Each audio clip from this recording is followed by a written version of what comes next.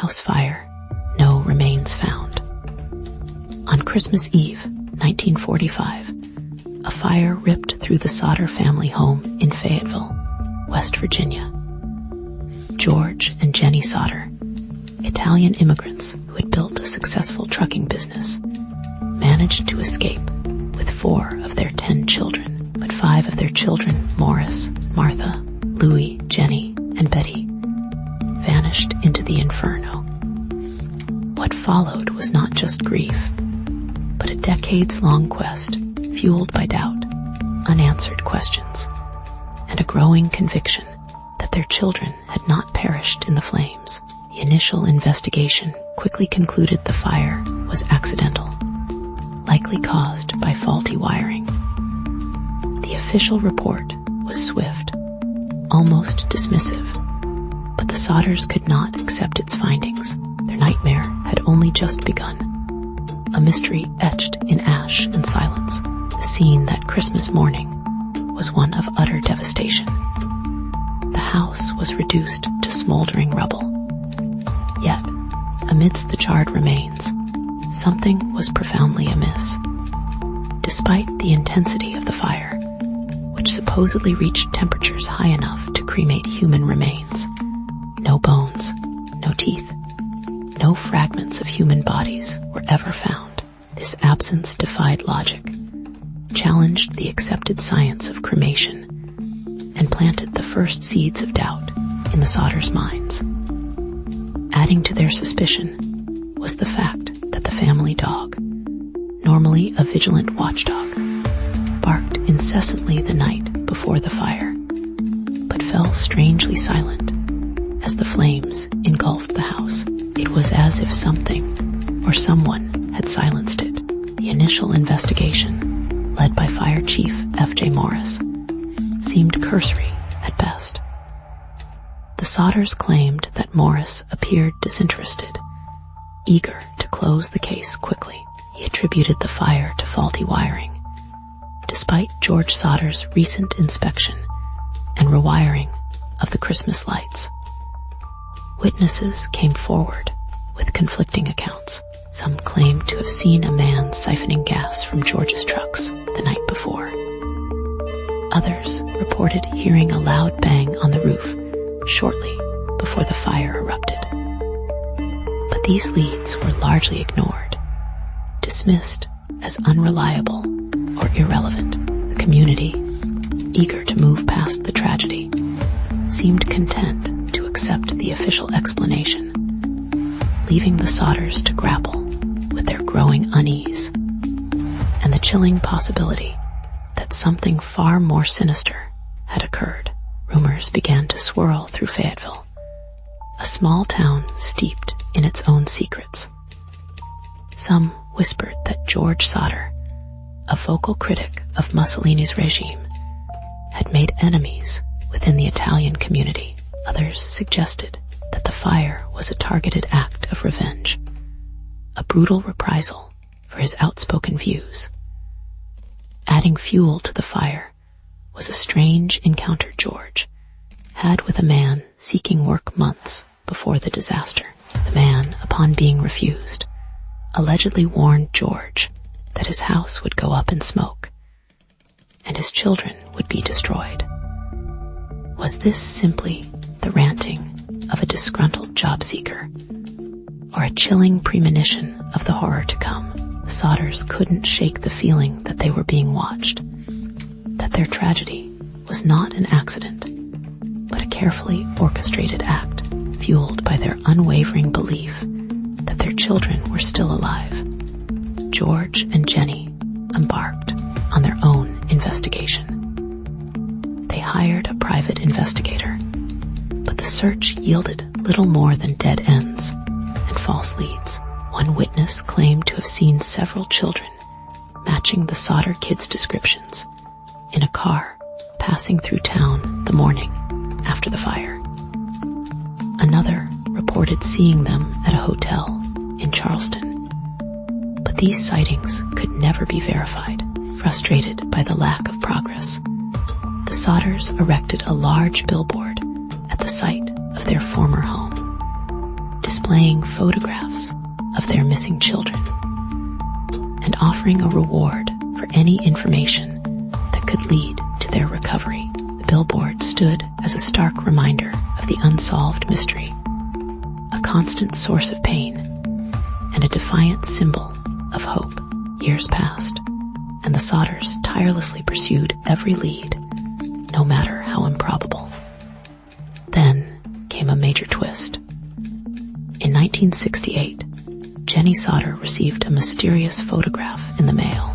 It was a picture of a young man, perhaps in his late 20s, with strikingly similar features to her missing son, Louis. On the back of the photo was a cryptic message: Louis Sodder, I love Brother Frankie. Ill boys, A1, 90,732 or 135. The return address was non-existent. The Sodders were electrified. Could this be their long-lost son? They hired another private investigator, this time with connections to the FBI, to investigate the photograph and the cryptic message. The investigator's findings, however, were deeply unsettling. The investigator, after a thorough examination, concluded that the photograph was likely authentic, and that the young man in the picture bore a striking resemblance to Louis Sodder. However, he also discovered that the postal code 90732 corresponded to an area in Southern California, a far cry from West Virginia. More disturbingly, the investigator was unable to trace the origins of the photograph or decipher the meaning of the cryptic message. He advised the Sodders to proceed with caution, suggesting that they might be dealing with someone trying to exploit their grief. The discovery of the photograph, while offering a glimmer of hope, also intensified the Sodders' anguish, leaving them torn between the possibility of reunion and the fear of being deceived. Despite the investigators' warnings, the Sodders refused to give up on the possibility that the young man in the photograph was their son. They contacted a private detective in California, hoping to track down anyone who might recognize him, but the search proved fruitless. The detective was unable to locate anyone matching the description or any records associated with the name Louis Sodder in the area. Discouraged, but not defeated, the Sodders turned to other avenues, consulting with handwriting experts to analyze the message on the back of the photograph, and attempting to trace the origin of the postmark, but every effort led to a dead end. The photograph remained an enigma, a tantalizing clue that ultimately led nowhere. As the years turned into decades, the Sodder case faded from the public spotlight. The billboard remained, a silent testament to the family's unwavering determination. George Sodder died in 1969, never knowing the fate of his missing children. Jenny lived on, haunted by the unanswered questions, until her death in 1989. The surviving Sodder children continued the search, driven by a deep sense of loyalty to their missing siblings and a burning desire to uncover the truth. They re-examined the evidence, interviewed new witnesses, and even consulted with paranormal investigators, hoping to find any clue that might shed light on the mystery. But the case remained stubbornly unsolved, a haunting reminder of a Christmas Eve tragedy that refused to be forgotten. The chilling irony of the Sodder case lies in the fact that the absence of evidence became the most compelling evidence of all.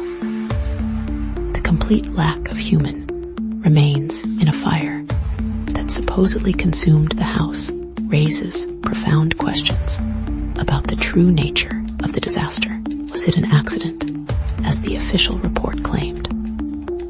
Or was it something far more sinister? A carefully orchestrated crime designed to make 5 children disappear without a trace. The Sodder children's disappearance remains one of the most perplexing and unsettling mysteries in American history, a testament to the enduring power of unanswered questions and the unbreakable bond of family. Decades later, new forensic techniques emerged. The surviving Sodder children pushed for exhumation of the fire site in the hopes that modern science could reveal what the original investigation missed. Despite initial resistance, authorities eventually agreed. However, the excavation yielded nothing conclusive. The soil, undisturbed for years, offered no skeletal fragments, no dental remains, nothing to indicate the presence of human bodies consumed by fire. The absence was deafening, reinforcing the original mystery with an exclamation point. The failed exhumation added another layer of frustration and deepened the suspicion that the children had never perished in the fire at all. The lack of definitive answers fueled a persistent counter-narrative: abduction. Theories ranged from organized crime involvement to black market adoption, rings preying on vulnerable families. Some researchers pointed to inconsistencies in witness testimonies, suggesting a coordinated effort to mislead investigators. The possibility of a political motive also resurfaced, linking the fire to George Sodder's outspoken anti-Mussolini stance. The absence of remains, combined with the reported sightings of the children after the fire, lent credence to the abduction theory, painting a picture of a meticulously planned operation designed to erase the Sodder children from existence. Even the seemingly innocuous details of the night came under renewed scrutiny. The fact that the Christmas lights, supposedly the source of the faulty wiring, remained illuminated for hours after the fire began baffled experts. Inexplicable silence of the family dog raised further questions. And the fact that a telephone repairman, just days before the fire, had warned George Sodder of an impending electrical issue, only to disappear shortly after the tragedy, added another layer of intrigue. Each detail, when viewed in the context of the unsolved mystery, became a potential clue, a breadcrumb leading to a dark and unsettling truth. As the years passed, the surviving Sodder children aged, carrying the weight of their missing siblings on their shoulders. They continued to visit the site of the former home, now a memorial garden, a place of reflection and remembrance. They shared stories of their lost brothers and sisters, keeping their memory alive. The billboard, though weathered and faded, remained a fixture in Fayetteville, a silent plea for answers. The Sodder case became more than just an unsolved mystery. It became a symbol of the enduring power of hope, the unwavering devotion of family, and the haunting legacy of a Christmas Eve tragedy that time could never erase. The legacy of the Sodder children extends beyond the realm of true crime and unsolved mysteries. It speaks to the anxieties and uncertainties of post-war America, a time of rapid social change and simmering political tensions. The case highlights the fallibility of official investigations, the dangers of small-town secrets, and the enduring human need for closure in the face of unimaginable loss. The Sodder children's disappearance serves as a cautionary tale, a reminder that sometimes the most unsettling truths are the ones that remain hidden, buried beneath layers of suspicion, speculation, and unanswered questions. In the end, the Sodder children's disappearance remains an enigma, a haunting melody played on the strings of time and memory.